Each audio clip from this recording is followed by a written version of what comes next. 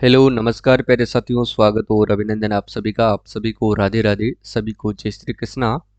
और आज अपन बात कर रहे हैं साथियों, राजस्थान असिस्टेंट प्रोफेसर की जो ये तैयारी कर रहे हैं उनके लिए ये क्लास रामबाण साबित होगी, क्योंकि साथियों आज अपन बात करेंगे राजस्थान इकोनॉमिक सर्वे के बारे में। ठीक है ना, ये थोड़ा आपको ध्यान रखना है, क्योंकि यहाँ से आपके साथियों लगभग 20 जो प्रश्न हैं वो एग्जाम में आपसे पूछे जाते हैं। तो यहाँ से साथियों आपको डेफिनेट जो है 17-18 प्रश्न जो है आपको हूबहू देखने को मिलेंगे। तो आज की ये पहली क्लास है, ठीक है ना, पार्ट 1 है। ऐसे अपन चाहती हूँ 4-5 क्लास अपन लेंगे, उसके बाद पूरी आर्थिक समीक्षा जो है अपन समाप्त कर देंगे। ठीक है ना, तो थोड़ा ध्यान रखना। और जिन्होंने मोबाइल ऐप डाउनलोड नहीं किया है वो डाउनलोड जरूर कर लेना, लिंक डिस्क्रिप्शन बॉक्स में दे रखा है। ये पीडीएफ आप वहां से डाउनलोड कर सकते हैं मात्र और मात्र 30 रुपए के अंतर्गत। ठीक है ना, करंट और आर्थिक समीक्षा दोनों ही। चलिए पहला प्रश्न देखते हैं अब। देखिए साथियों, सकल राज्य घरेलू उत्पाद 2022-23 के अग्रिम अनुमानों के आधार पर अगर अपन चर्चा करें तो ध्यान रख लेना, सकल राज्य घरेलू उत्पाद कितना है। ठीक है, 2022-23 के अग्रिम अनुमानों के आधार पर। अब इसमें साथियों दो कंडीशन होती हैं, स्थिर मूल्यों पर ज्ञात करते हैं और प्रचलित मूल्यों पर ज्ञात करते हैं।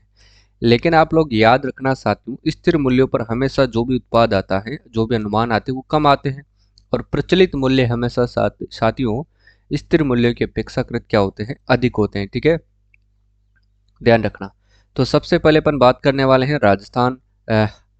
देखिएगा, स्थिर मूल्यों पर बात करेंगे जिनका आधार वर्ष रखा गया है 2011-12। ये प्रश्न पूछा जा सकता है, ध्यान रखना है। ठीक है ना, तो स्थिर मूल्यों पर जो सकल राज्य घरेलू उत्पाद है 7,99,449 करोड़ रुपए हैं, ये आपको ध्यान रखना है। ठीक है, कितना है, 7,99,449 करोड़, ये तो आपको ध्यान रखना है।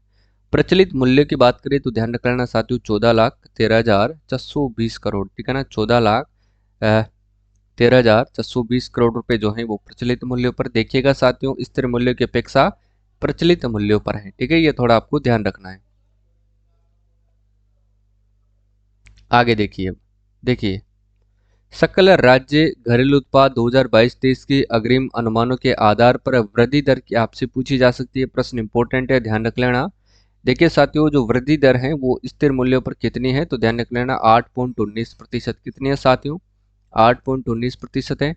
वहीं अपन प्रचलित मूल्य की बात करें तो ध्यान रख लेना साथियों 16.04% है। कितनी है, 16.04% है। ठीक है, प्रचलित मूल्य हमेशा अधिक रहेंगे, स्थिर मूल्य हमेशा कम रहेंगे। ठीक है ना, ये ध्यान रखना है। आगे देखिए, अब शुद्ध राज्य घरेलू उत्पाद की बात करें 2022-23 के अग्रिम अनुमानों के आधार पर, तो ध्यान रख लेना साथियों स्थिर, यानी कि स्थिर मूल्यों पर कितना है, शुद्ध राज्य घरेलू उत्पाद, सॉरी शुद्ध राज्य घरेलू उत्पाद। ठीक है ना, तो स्थिर मूल्यों पर है 6,94,771 करोड़, और प्रचलित मूल्यों पर कितना है, तो 12,59,527 करोड़। कितना है, 12,59,527 करोड़ रुपये। ठीक है, ये थोड़ा ध्यान रखना है।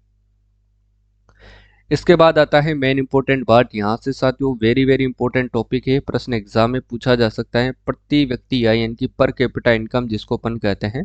तो ये अग्रिम अनुमानों की बात करें तो साथियों अग्रिम अनुमानों के आधार पर स्थिर मूल्यों पर अगर अपन प्रति व्यक्ति आय देखें तो ध्यान रखना 86,134 रुपए है। कितनी है साथियों, 86,134 रुपए, ये ध्यान रख लेना। और प्रचलित मूल्यों पर तो ध्यान रखना 1,56,149 रुपए। कितना है, 1,56,149 रुपए। ठीक है, ये थोड़ा ध्यान रखना है, ये डेटा आपको अच्छे से याद रखना है। ठीक है, बार बार आप देखोगे तो उसके बाद आपको ये अच्छे से याद हो जाएंगे।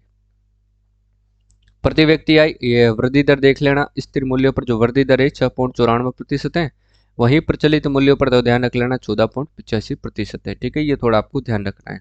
ये ग्राफ है आपके सामने, भारत के संदर्भ में आपसे पूछ ली जाए तो 5.5% है और 13.7% है। 13.7% प्रचलित मूल्यों पर है, 5.5% स्थिर मूल्यों पर। ठीक है, वहीं ये राजस्थान देख लीजिएगा 6.94% और 14.85%। ठीक है, ये थोड़ा ध्यान रखना है।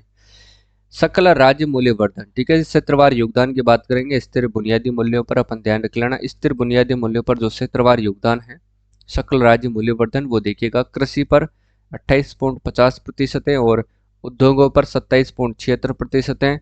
सेवाएं ध्यान रख लेना 43.74% है। ठीक है, 43.74% है। इसके बाद अपन प्रचलित बुनियादी मूल्यों पर क्षेत्रवार योगदान देखते हैं तो ध्यान रख लेना, कृषि कितनी है साथियों 28.95, उद्योग कितना है तो 27.31, और सेवाएं जो ध्यान रख लेना दोनों पर सेम है 43.74%। ठीक है, ये ध्यान रखना। देखिए ये थोड़ा ध्यान रख लेना, ये ग्राफ है, चाहे तो आप स्क्रीनशॉट ले सकते हैं, ठीक है ना। आगे देखिए 2011 की जनगणना के अनुसार अगर साक्षरता दर की बात करें तो राजस्थान में जो है वो है 66.1% और भारत में 73% है, ठीक है। पुरुषों की देखिए साक्षरता दर तो ध्यान रख लेना साथियों, राजस्थान में 79.2% है, वहीं भारत की बात करें तो 80.9% है, ठीक है ना।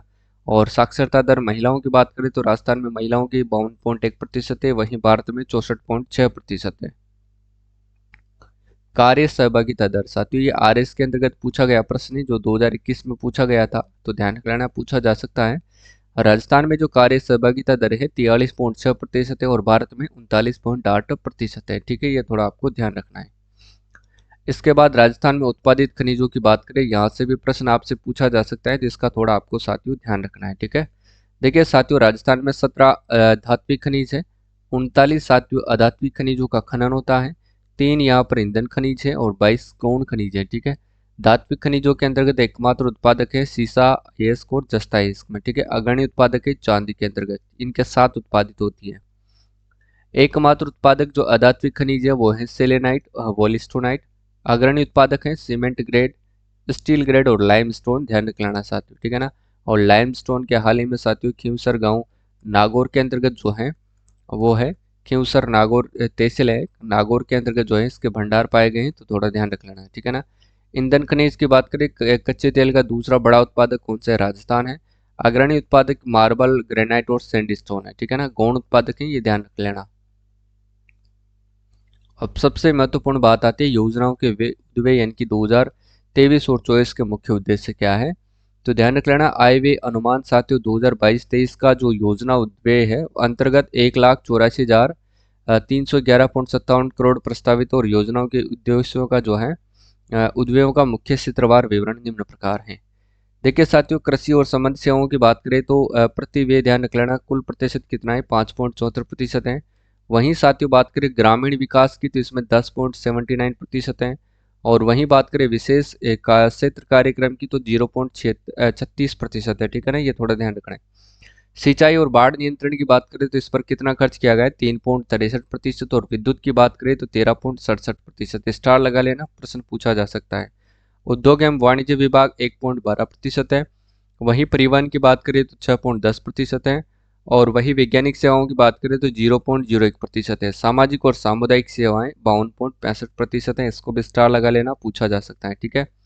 वहीं साथियों अगर अपन बात करें आर्थिक सेवाओं की तो ध्यान रख लेना 3.54% है, ध्यान रखिएगा, ठीक है। सामान्य सेवाओं की बात करें तो 2.39% है, यानी कि कुल 100 अपन बात कर चुके हैं, ठीक है।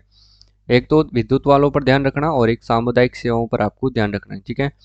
साथ ही ग्रामीण विकास पर भी बात कर लेना, प्रश्न एग्जाम में पूछा जा सकता है, तो इन तीनों को आपको विशेष ध्यान रखना है।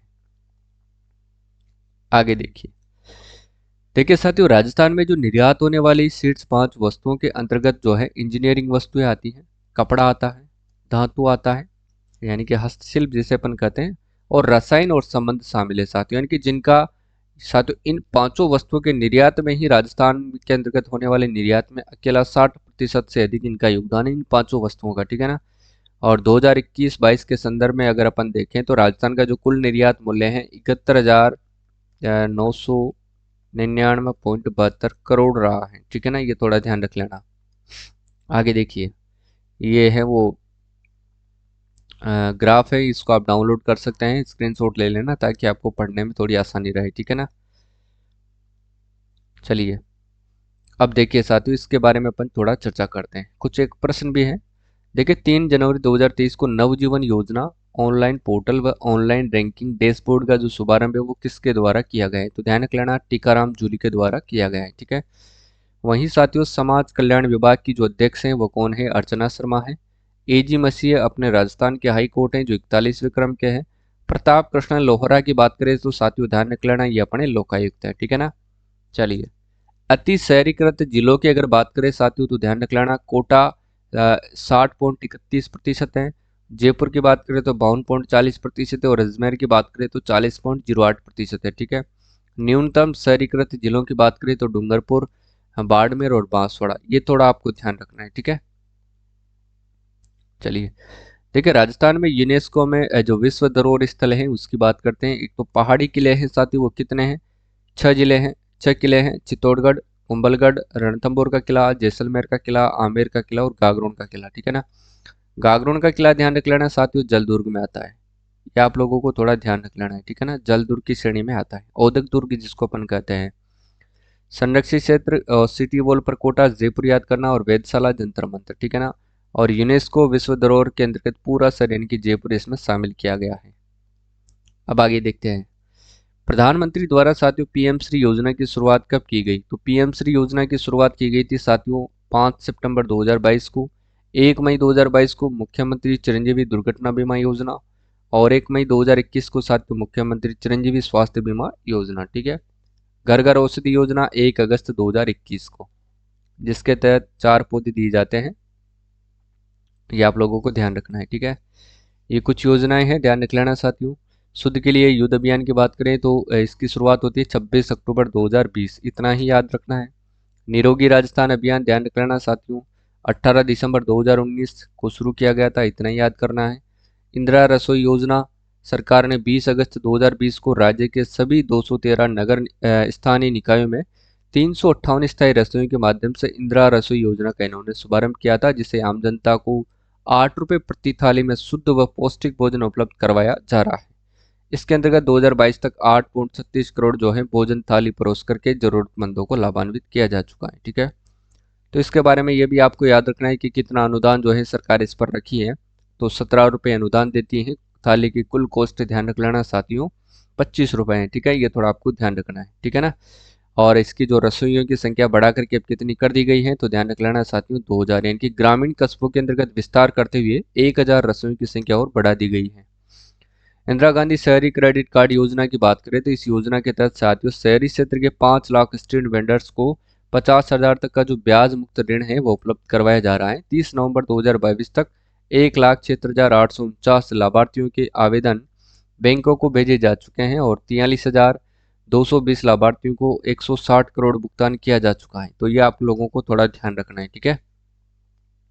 चलिए देखिए साथियों, आईसीएआर के द्वारा राजस्थान कितने कृषि जलवायु प्रदेशों में विभाजित किया जाता है। तो ध्यान रख लेना 10 भागों के अंतर्गत, वो कौन कौन से हैं आगे देखते हैं।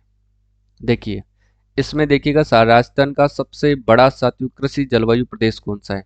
तो राजस्थान का सबसे बड़ा जो कृषि जलवायु प्रदेश है वो है पश्चिम सी, यानी कि अति शुष्क आंशिक सिंचित क्षेत्र, ध्यान रख लेना बी वाला इसमें सही होगा, ठीक है। इसके बाद देखिए अपन बात करते हैं वो प्रदेश। देखिए जलवायु क्षेत्रों की बात करें तो शुष्क पश्चिमी जो मैदानी क्षेत्र हैं वो पश्चिम के अंतर्गत आता है, जिसमें 2 जिले शामिल है, बाड़मेर और जोधपुर, ठीक है ना। जिसमें साथियों खरीफ की फसलों में फसलें शामिल है, बाजरा, मोठ एवं तिल। और रबी की फसलों की बात करें तो इसमें गेहूं, सरसों और जीरा शामिल किया गया है, ठीक है ना। और दूसरे की बात करते हैं तो उत्तर पश्चिमी सिंचित जो मैदानी क्षेत्र हैं जो पश्चिम बी के अंतर्गत आता है, और इसमें भी 2 जिले शामिल हैं, श्रीगंगानगर और हनुमानगढ़, ठीक है ना। इसमें जो खरीफ की फसल होती है कपास और गंवार आती है, और रबी की फसल में गेहूं, सरसों और चना आती है, ठीक है। वहीं तीसरे की बात करें तो अति शुष्क आंशिक सिंचित पश्चिमी मैदानी क्षेत्र जो कि पश्चिम सी के अंतर्गत आता है, जो सबसे बड़ा है, बीकानेर, जैसलमेर और चूरू जिलों के अंतर्गत ये शामिल है।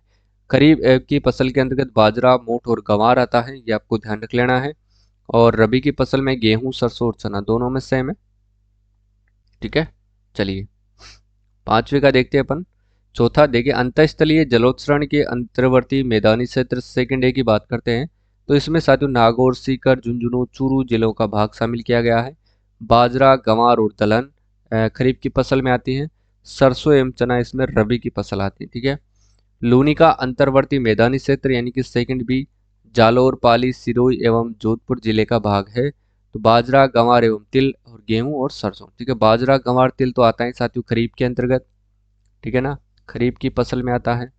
और गेहूं ये ध्यान रख लेना सरसों रबी की फसल में आता है, ठीक है ना, ये थोड़ा आपको ध्यान रख लेना है। क्लियर है। चलिए इसके बाद अपन देखते हैं दूसरा प्रश्न है कि राजस्थान में क्षेत्रफल की दृष्टि से सबसे छोटा जो कृषि जलवायु खंड है वो कौन सा है। तो सबसे छोटा कृषि जलवायु खंड है साथियों, ध्यान रख लेना आप लोग, आर्द्र दक्षिणी मैदानी क्षेत्र, ठीक है ना, या फिर अर्ध शुष्क पूर्वी मैदानी क्षेत्र, या फिर बाढ़ संभावित पूर्वी मैदानी क्षेत्र, या फिर आर्द्र दक्षिणी पूर्वी मैदानी क्षेत्र। तो आर्द्र दक्षिणी मैदानी क्षेत्र ऑप्शन नंबर ए सही आंसर होगा, ठीक है। चलिए लूनी नदी का साथियों ध्यान रख लेना, लूनी नदी का जो है अंतर्वर्ती मैदानी क्षेत्र जो सेकंड बी में आता है, जालोर, पाली, सिरोही एवं जोधपुर जिले का भाग है। बाजरा, गंवार एवं तिल ये खरीफ की फसल में आती है। गेहूं एवं सरसों रबी की में आती है। ठीक है, लगभग लगभग रबी की फसलें साथियों सेम ही है, तो आपको इतना चिंता करने की बात नहीं है। जवाब जो है याद करने में आसानी रहेगी। ठीक है, अर्ध शुष्क पूर्वी मैदानी क्षेत्र की बात करते हैं तो थर्ड ए में आता है, जो जयपुर, अजमेर, दौसा और टोंक यानी कि पूर्वी जिले याद रख लेना है आपको। अ, बाजरा, गंवार और जवार ये इसमें खरीफ की फसलों के अंतर्गत आता है, ये आपको ध्यान रखना है। गेहूं, सरसों और चना ध्यान रख लेना रबी में आते हैं। बाढ़ संभावित पूर्वी मैदानी क्षेत्र थर्ड बी के अंतर्गत आता है, जो कि अलवर, धौलपुर, भरतपुर, करौली और सवाई माधोपुर यानी कि चंबल नदी के किनारे के जो भी जिले हैं वो इसमें शामिल किए गए हैं, जो बाढ़ संभावित क्षेत्र हैं, पूर्वी मैदानी क्षेत्र हैं। ठीक है ना, जिसमें फसलें आती हैं, बाजरा आती हैं, गवार आती है और एक मूंगफली ऐड कर सकते हैं, जवार की जगह मूंगफली ऐड कर सकते हैं। ठीक है, वहीं गेहूं, जो सरसों और चना ये ध्यान रख लेना है। और आठवां है साथियों अर्ध आर्द्र दक्षिणी मैदानी क्षेत्र, जो कि फोर्थ ए के अंतर्गत आता है। इसमें भीलवाड़ा, राजसमंद, चित्तौड़गढ़, उदयपुर एवं सिरोही जिलों का भाग शामिल है। ठीक है, वहीं मक्का, दलहन और जवार, ठीक है, गेहूं और चना इसके अंतर्गत फसलें शामिल की गई हैं। इसके बाद देखिए आर्द्र दक्षिणी मैदानी क्षेत्र यानी कि फोर्थ बी, डूंगरपुर, बांसवाड़ा, प्रतापगढ़, चित्तौड़गढ़ एवं उदयपुर जिलों का भाग शामिल है। मक्का, चावल, ज्वार एवं उड़द और गेहूं और चना इसमें रबी शामिल है। ठीक है, मक्का, चावल, ज्वार और उड़द खरीफ के अंतर्गत आते हैं। 10वें की बात करते हैं तो आर्द्र दक्षिण पूर्वी मैदानी क्षेत्र, तो ध्यान रख लेना साथियों। पांचवा इसमें है कोटा, झालावाड़, बूंदी, बारां, सवाई माधोपुर, माधोपुर और जिले का भाग है। ठीक है, ये थोड़ा आप लोगों को ध्यान रख लेना है। जवार एवं सोयाबीन जो कि गेहूं और सरसों इसमें शामिल है। ठीक है, चलिए श्रम ब्यूरो शिमला द्वारा साथियों जारी कृषि श्रमिकों के लिए उपभोक्ता जो मूल्य सूचकांक है उसका आधार वर्ष कितना है, तो इसका आधार वर्ष है 1986-87। ठीक है, 1999-2000 बराबर 100 है थोक मूल्य सूचकांक। कौन है साथियों थोक मूल्य सूचकांक, ये आप लोगों को थोड़ा ध्यान रखना है। ठीक है, इनका आधार वर्ष है।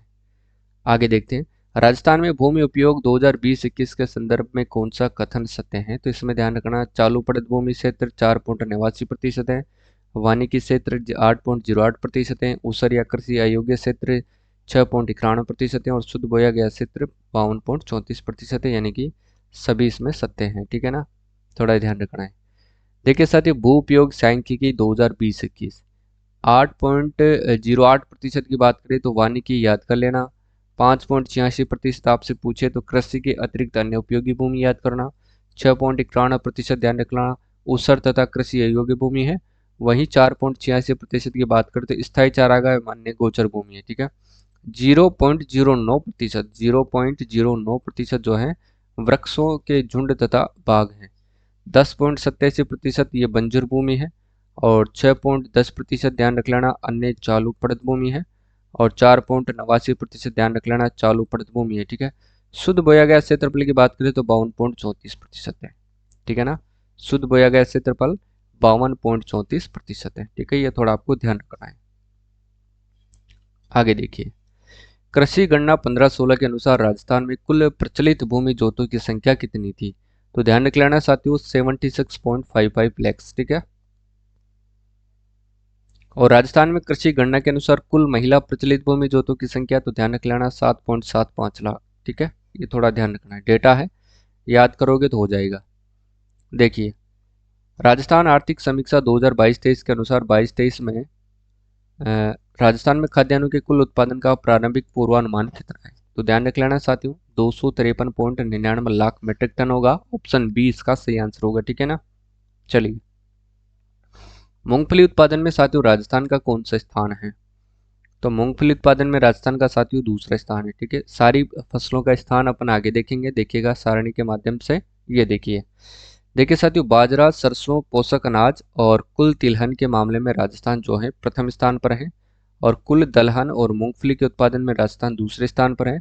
वहीं साथियों चना, जवार और सोयाबीन में देखें तो राजस्थान तीसरे नंबर पर है। ठीक है, ये थोड़ा आपको ध्यान रखना है। वहीं साथियों गंवार की दृष्टि से अपन देखें तो राजस्थान प्रथम स्थान पर। ठीक है ना, ये थोड़ा आपको ध्यान रखना है। क्लियर है, चलिए देखिए ये तो अपन पढ़ चुके हैं। औद्योगिक क्षेत्रों के उपक्षेत्रों का प्रचलित मूल्य पर योगदान, ठीक है ना, तो इसकी कोई जरूरत नहीं है वैसे।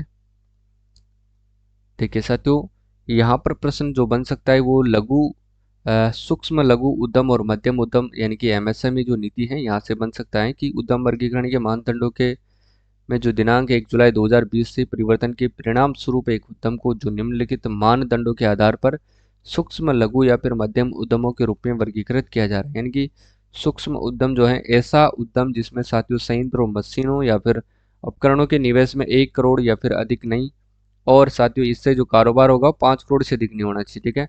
लघु उद्यम के अंतर्गत अ, संयंत्रों पर और मशीनरी या फिर उपकरणों के अंतर्गत जो निवेश होगा वो 10 करोड़ से अधिक नहीं होगा, और कार्यबोर्ड ध्यान रख लेना इससे 50 करोड़ से अधिक नहीं होगा, ठीक है ना, ये थोड़ा आपको ध्यान रखना है। मध्यम उद्यम ऐसा उद्यम जिसमें साथियों एक तो है संयंत्र, एक है मशीनरी, और एक है साथियों उपकरणों में जो निवेश है वो 50 करोड़ से अधिक नहीं है और 250 करोड़ से अधिक नहीं है, ठीक है ना, ये थोड़ा आपको ध्यान रखना है। चलिए, इतना साथियों आपको याद रखना है। एमसेंड नीति इतनी इंपॉर्टेंट नहीं है, लेकिन ये बजरी का एक दूसरा विकल्प है, ये आपको ध्यान रखना है। और ये पॉलिसी ध्यान रखना है, इसकी जो अधिसूचना जारी की गई थी वो 25 जनवरी 2021 को जारी की गई थी, ठीक है। इंपॉर्टेंट भी हो सकता है आरपीएससी का मूड इस प्रश्न को पूछ ले कि एमसेंड नीति की जो अधिसूचना है वो कब जारी की गई थी, तो 25 जनवरी 2021 आप लोगों को ध्यान रखना है, ठीक है। इतना याद करना है, बाकी कुछ नहीं है। चलिए आगे देखते हैं। अब देखिए इंपॉर्टेंट क्वेश्चन जो है वो यहाँ से बनता है। देखिए देखिए जो तेल के कुएं हैं साथियों, ध्यान रख लेना, ये एक तो है कि ये 14 जिलों में विस्तृत है, ठीक है ना, ये थोड़ा आपको ध्यान रखना है। और तेल के जो कुएं हैं, देखिए सबसे पहले अपन कि भारत में जो कच्चे तेल का महत्वपूर्ण जो उत्पादक है वो भारत के कच्चे तेल का उत्पादन 30 MMTPA में राज्य का योगदान लगभग 20% और 6 मिलियन जो है मीट्रिक टन प्रतिशत है, और यह बॉम्बे हाई जो कि लगभग 40% का योगदान देता है। इसके बाद दूसरा सबसे जो बड़ा है उत्पादक है। राज्य में पेट्रोलियम उत्पादक क्षेत्र निम्नलिखित 4 पेट्रोलिफेरस बेसिन के अंतर्गत है, ठीक है ना, पेट्रोलिफेरस बेसिन के अंतर्गत है, जो कि लगभग यानी कि 1.5 लाख वर्ग किलोमीटर क्षेत्र में यानी कि एरिया में विस्तृत है। जिलों आपसे पूछ लिए जाते, प्रश्न पूछा जा चुका है, ठीक है, 14 जिलों के अंतर्गत ये विस्तृत है। 4 बेसिन है, ध्यान रखना, बाड़मेर सांचौर बेसिन जिसमें बाड़मेर और जालोर जिले शामिल है, जैसलमेर बेसिन जिसमें अकेला जैसलमेर शामिल है, बीकानेर और नागौर बेसिन में ध्यान रखना बीकानेर और नागौर तो शामिल है ही, साथ में श्री गंगानगर, हनुमानगढ़ और चूरू भी शामिल है, ठीक है। और विंध्यान बेसिन ध्यान रखना, एक तो आड़ोती पठार जो कि कोटा, बारां, बूंदी और झालावाड़, ये चारों जिले तो शामिल है ही सही, साथ ही भीलवाड़ा और चित्तौड़गढ़ जिलों की कुछ हिस्सा इसमें शामिल है, तो ध्यान रख लेना विंध्यन बेसिन, कोटा, बारां, बूंदी, झालावाड़, हाड़ौती याद रख लेना, साथ ही मेवाड़ याद रख लेना, भीलवाड़ा और चित्तौड़गढ़ के कुछ हिस्से, ठीक है। चलिए, वही भी अगर देखिए यहाँ से भी प्रश्न पूछ सकता है कि कच्चे तेल एवं दो प्राकृतिक गैस का जो दोहन उत्पादक है एवं विकास की जो गतिविधियां हैं साथियों, ध्यान रख लेना, विकास की जो गतिविधियां हैं, मंगला क्षेत्र से खनिज तेल का व्यावसायिक उत्पादन 29 अगस्त 2009 से प्रारंभ हुआ और वर्तमान में 14 क्षेत्रों यथा मंगला, भाग्यम, ऐश्वर्या, सरस्वती, रागेश्वरी, कामेश्वरी एवं अन्य सैटेलाइट क्षेत्र से लगभग 98,000 से 1,02,000 बैरल जो है खनिज का प्रतिदिन उत्पादन किया जा रहा है, ठीक है, ये थोड़ा आपको ध्यान रखना है। क्लियर है। चलिए, ये नाम याद करने, मंगला, भाग्य, ऐश्वर्या, सरस्वती, रागेश्वरी, कामेश्वरी, नाम आपसे पूछे जाते हैं। आगे देखिए, ये कुछ सोलर पार्क है, सोलर पार्क एवं mega solar park power project है। इसमें आपको याद करना है कि जो बड़ला जोधपुर है इसका जो क्षमता है साथियों 2245 मेगावाट है। वहीं पलौदी पोखरण की क्षमता 750 मेगावाट है, ठीक है ना। वहीं फेज फतेहगढ़ फेज 1B की क्षमता जो है 1500 मेगावाट है, और वहीं साथियों नोख जैसलमेर 925 मेगावाट है, ठीक है, ये आपको ध्यान रखना है, ठीक है ना। और पूगल बीकानेर की क्षमता कितनी, 1450 मेगावाट है, थोड़ा ध्यान रखना है, ठीक है ना। चलिए, इसके बाद आगे देखिए, ये कृषि बजट है, इसमें वैसे इतना डेटा याद रहता भी नहीं है, और कृषि आधारित अन्य गतिविधियां 1.7%, कृषि अनुदान 37.83% है, कृषि शिक्षा अनुसंधान तथा कौशल विकास पर 1.25% खर्च किया जाएगा। कृषि विपणन याद कर लेना 3.81%, ठीक है ना, ये इंपॉर्टेंट है। प्रशासनिक गतिविधियां 4.83, सामाजिक सुरक्षा 5.34 और जोखिम प्रबंधन पर 5.66%, ठीक है ना, ये थोड़ा आपको ध्यान रख लेना है। क्लियर है? चलिए आगे देखिए।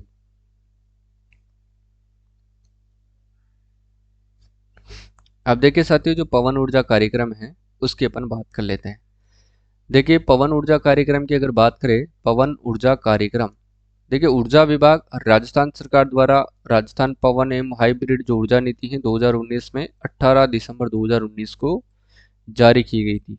प्रश्न इंपॉर्टेंट है, पूछा जा सकता है साथियों, ध्यान रख लेना, क्योंकि पवन ऊर्जा के मामले में अभी राजस्थान को जो पुरस्कार दिया गया था प्रथम श्रेणी के अंतर्गत, उसको आपको ध्यान रखना है। और पवन ऊर्जा के अंतर्गत भी साथियों राजस्थान जो भी संयंत्र है, पवन ऊर्जा उत्पादन के जो संयंत्र है वो लगाने में राजस्थान का प्रथम स्थान है, ठीक है ना, ये आपको ध्यान रखना है।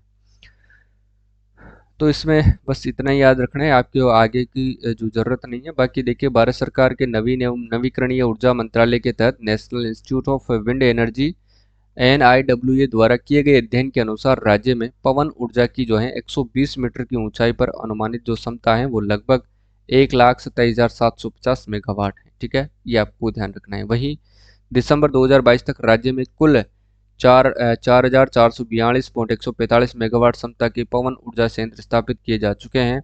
इसके अतिरिक्त 1690 मेगावाट क्षमता के विंड सोलर हाइब्रिड संयंत्रों की स्थापना माह दिसंबर 2022 तक की गई है, ठीक है। और आज की क्लास समाप्त होती है। आज अपन ने बात करी है साथियों पार्ट 1 की, और कल अपन बात करेंगे साथियों पार्ट 2 की, ठीक है। देखिए साथियों, अगर आप राजस्थान आर्थिक समीक्षा के ये PDF सेम आप वहाँ से डाउनलोड कर सकते हैं, और इम्पोर्टेंट जो नोट्स है आप डाउनलोड करना चाहते हैं तो ऐप हमारा डाउनलोड कर लीजिए, ठीक है ना। वहाँ पर आपको 30 रुपये में राजस्थान आर्थिक समीक्षा और साथियों राजस्थान करंट अफेयर्स के जो हैं नोट्स आप वहाँ से डाउनलोड कर सकते हैं। सारी वीडियोस आप वहाँ पर बिना किसी एड के या फिर बिना किसी इंटरनेट के देख सकते हैं। एक बार आपको डाउनलोड करना है, उसके बाद आप बिना इंटरनेट जो है सारी क्लासेज आप देख सकते हैं, ठीक है। राजस्थान जीके की टेस्ट सीरीज आप वहाँ से ज्वाइन कर सकते हैं मात्र 50 रुपये में, जिसमें आपको 30 टेस्ट दिए जाते हैं। क्लियर है? तो आज के लिए बस इतना ही, मिलते हैं कल की क्लास में, तब तक के लिए आप सभी को जय हिंद, जय भारत।